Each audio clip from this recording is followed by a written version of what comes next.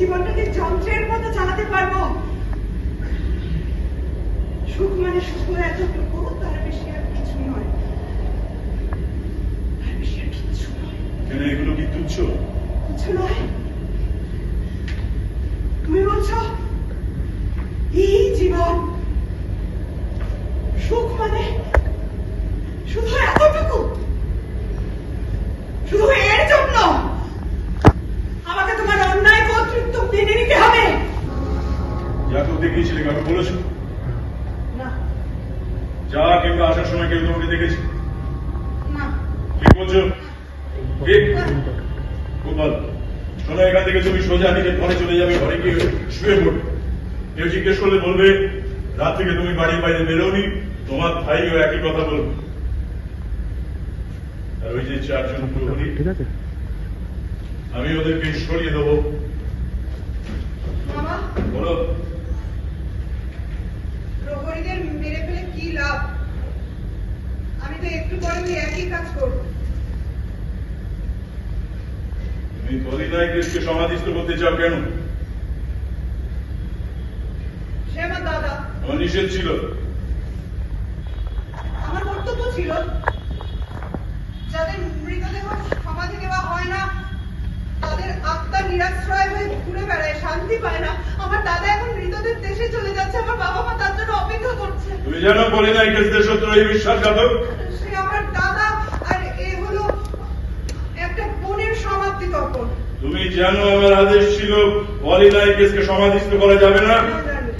সে আদেশ অমান্য করলে কি শাস্তি তাও তুমি জানো? মৃত্যুদণ্ড। তোমার কি ধারণা ভূতপূর্ব রাজা আদিকৌশের কন্যা সব আইনের ঊর্ধ্বে?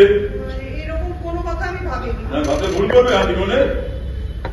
আইন যারা প্রণয়ন করে, আইন রক্ষার পবিত্র দায়িত্ব তাদেরই সবচাইতে বেশি। ব্যালেন্স কিছু করতে হচ্ছে না, ওনারা তো আমার শিক্ষক।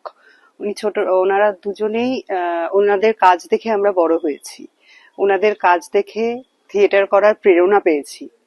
যখন এই সুযোগটা পাই এই ধরনের মানুষদের পাশে দাঁড়ানোর বা দুটো কথা বলার থিয়েটারের মাধ্যমে, তখন সেটা আমার কাছে ক্লাস করা। একদমই দেবেশ দা এবং দেবশঙ্কর দা দুজনেই আমার শুধু নয়, আমাদের পুরো টিমের কাছে শিক্ষক। দুজন শিক্ষকের কাছে আমরা ক্লাস করেছি, ওনারা যেভাবে শিখিয়েছেন, যেভাবে আমাদের পথ নির্দেশ দিয়েছেন, আমরা সেই কাজটা করেছি।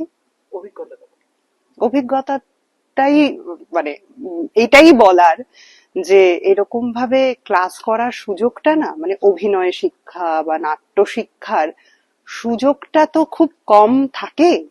সেই সুযোগটা আমরা যে পেয়েছি, আমাদের টিম যে পেয়েছে, শুধুমাত্র অভিনেতাদের কথা বলছি না, পুরো টিম, মানে যে লাইট করছে, যে সাউন্ড করছে, আমরা সবাই মিলে শিখছি। মানে অনেকেই রয়েছে অনেক সিনিয়র, বহু দিন ধরে থিয়েটার করেছেন, কিন্তু তাই বললে দেবেশ চট্টোপাধ্যায় বা দেবশঙ্কর হালদারের কাছে শেখাটা তো তাদের শেষ হয় না কখনো। ফলে এটা এটা তুমি বলতে পারো আমরা ক্লাসই করেছি এই সেশনে, এই আর কি।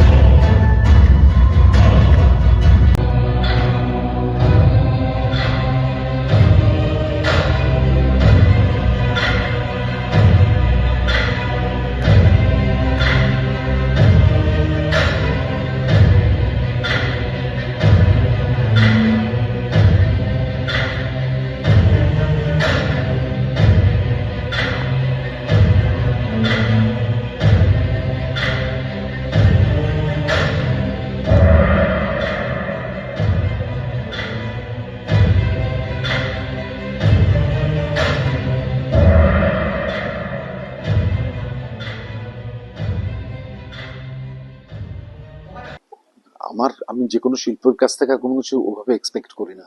শিল্পের কাছ প্রতি আমার একটা দায়বদ্ধতা আছে। যে কোনো নাটক যখন করি তখন মনে হয় যে সেই নাটকটাই করব যে নাটকটাতে আমি সময়ের কথা বলতে পারবো। তো সেই হিসেবে এটা একটা সময়ের কথা বলছে এবং সব থেকে গুরুত্বপূর্ণ যেটা সেটা হচ্ছে যে আমার মনে হচ্ছে যে এই সময়ে দাঁড়িয়ে কোথাও এই যে পাওয়ার এবং মেয়েরা তারা কিভাবে তারা দেখছে পাওয়ারকে, এবং আমার এই সময়কার আর্থসামাজিক এবং রাজনৈতিক এই সম্পূর্ণ বিষয়টাকে মাথায় রেখেই আমার মনে হয়েছে যে আন্তিগোনে টা খুব মানে জরুরি এবং প্রয়োজনীয়। বিশেষ করে জাহ্নবীর যে টেক্সটটা আমি করছি, এটা সোফোক্লেস তো শুধু নয়, এর মধ্যে জাহ্নবীও রয়েছেন। জাহ্নবীর যে টেক্সটটা আমরা করছি সেটি সম্পূর্ণ তার একটি রাজনৈতিক ভাষ্যও আছে। তো সেটা দেখলে বোঝা যাবে যে সত্যি সত্যি এটা চিরকালীন নাটকটা কিভাবে সমকালীন হয়ে উঠছে, এবং আমি আশা করব যে যারা দেখবেন তারা বুঝতেই পারবেন, এটা আমি আলাদাভাবে বলে দেওয়ার কোনো দাগিয়ে দেওয়ার কোনো বিষয় নয়, সত্যি সত্যি নাটকটি একটি সমকালীন নাটক। দেবশঙ্করের সঙ্গে প্রায় 3 দশকের কাছাকাছি আমাদের একটা সম্পর্ক। তো যেটা হয় যে এখন আর আমরা ওই মানে আমাকে কিছু দেবশঙ্করকে আলাদাভাবে বলতে হয় না, মানে আমি চোখের দিকে তাকালেই দেবশঙ্কর বুঝতে পারে আমি কি বলতে চাইছি, দেবশঙ্কর আমার দিকে তাকালে আমি বুঝতে পারি যে দেবশঙ্কর কি বলতে চাইছে। তো আমাদের মধ্যে এই যে একটা উভমুখী বিক্রিয়া চলে একজন নির্দেশক এবং অভিনেতা, সেটা আর যত দিন গেছে তত এই নাটকের ক্ষেত্রেও তত জোরদার হয়েছে। এবং দেবশঙ্কর যেহেতু শুধুমাত্র একক একজন অভিনেতা নয়, অত্যন্ত ভালো একজন মানুষ এবং অত্যন্ত বুদ্ধিমান এবং মেধাসম্পন্ন মানুষ, ও সামগ্রিকভাবে একটা নাট্যকে দেখে বা দেখার চেষ্টা করে। সেটা এই আন্তিগোনের ক্ষেত্রেও ও সেটা মানে যেটা করেছে বা যে কাজটা করেছে ক্রেয়নের, সেটা যে বিভিন্ন লেয়ারগুলোকে অসাধারণভাবে বার করেছে, সেটা আমি মনে করি দেবশঙ্কর ছাড়া এটা কারোর পক্ষে সম্ভব হতো না। আমার মনে হয় যে মানুষই একমাত্র সেই রকম একটি জীব যার মধ্যে আবিষ্কারের আকাঙ্ক্ষা থেকে যায় এবং আবিষ্কার করবার মতো তার সম্পদ অজস্র তার ভেতরে থেকে যায়। তাই দুটি মানুষ যদি বলে যে আমরা পরস্পরকে বুঝে ফেলেছি, চিনে ফেলেছি, আর কিছু আবিষ্কার করার নেই, তাহলে আমার মনে হয় সেটা মানব সভ্যতার জন্য ভয়ঙ্কর ব্যাপার।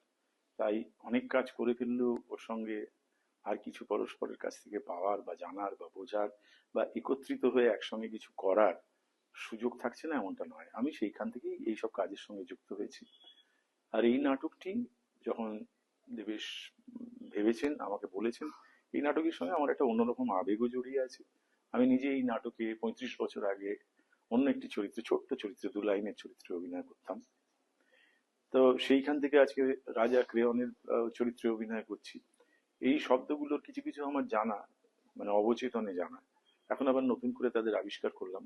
এবং সেই আবিষ্কারের সঙ্গে দেবেশের প্রয়োগ কৌশল, নির্দেশনা, আবহ সঙ্গীত, আলো, আমার আশেপাশে যে সমস্ত অভিনেতা অভিনেত্রীরা রয়েছে তাদের আবেগ, তাদের শব্দ প্রক্ষেপণ, এই সমস্ত কিছু মিলে আমি নিজেকে আবার চেষ্টা করছি ক্রেয়ন হিসেবে আবিষ্কার করা। এবং সেইটা কিছু সূত্র পাচ্ছি, কিছু পাচ্ছি না। এবং যত নাটক এগোতে থাকবে, মানে নাটক মঞ্চস্থ হওয়ার পরেও নাটকই একমাত্র বা নাট্যকর্ম হচ্ছে একমাত্র আধার যেখানে নিয়মিত ভাঙচুর এবং আবিষ্কারের প্রক্রিয়াটা চলতেই থাকে। সিনেমায় সম্ভব নয়, গানেও অলমোস্ট সম্ভব নয়, কিন্তু অন্য কোনো শিল্প মাধ্যমে এইরকম ভাবে সম্ভব নয়। তাই এই নাটক যতদিন অভিনয় চলবে, আমাকে এই আবিষ্কার শব্দটা একটু ধাক্কা দিয়েছে বলেই বারবার বলছি। এই আবিষ্কারের প্রক্রিয়াটি চলতে থাকবে বলেই আমার ধারণা। একদম ছটফট করবে না বলে দিচ্ছি। মহারাজ এক্ষুনি আসবেন, তোমার জানলা টাকা বলো। শোনো, আমি শুধু মহারাজের হুকুম দাবি করতে পারি, আর কিচ্ছু না। দেখো, সবার অজুহাত থাকে, তোমারও নিশ্চয়ই কিছু আছে, কিন্তু সেসব জেনে আমাদের কোনো লাভ নেই। আমার গা থেকে ওদের নোংরা হাতগুলো সরিয়ে নিতে বলো। নোংরা হাত? এই, ভদ্রভাবে কথা বলো, ভদ্র হবার চেষ্টা করো। শোনো, আমি পালাবো না, আমাকে ছেড়ে দাও। আমি মহারাজা উইদিপ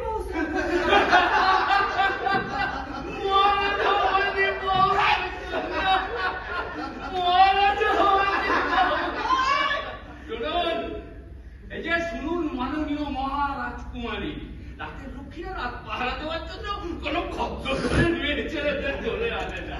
কাদের ধরে আনে নিশ্চয়ই বুঝতে পারছেন। তারা আমাদের কি বলে জানেন তো?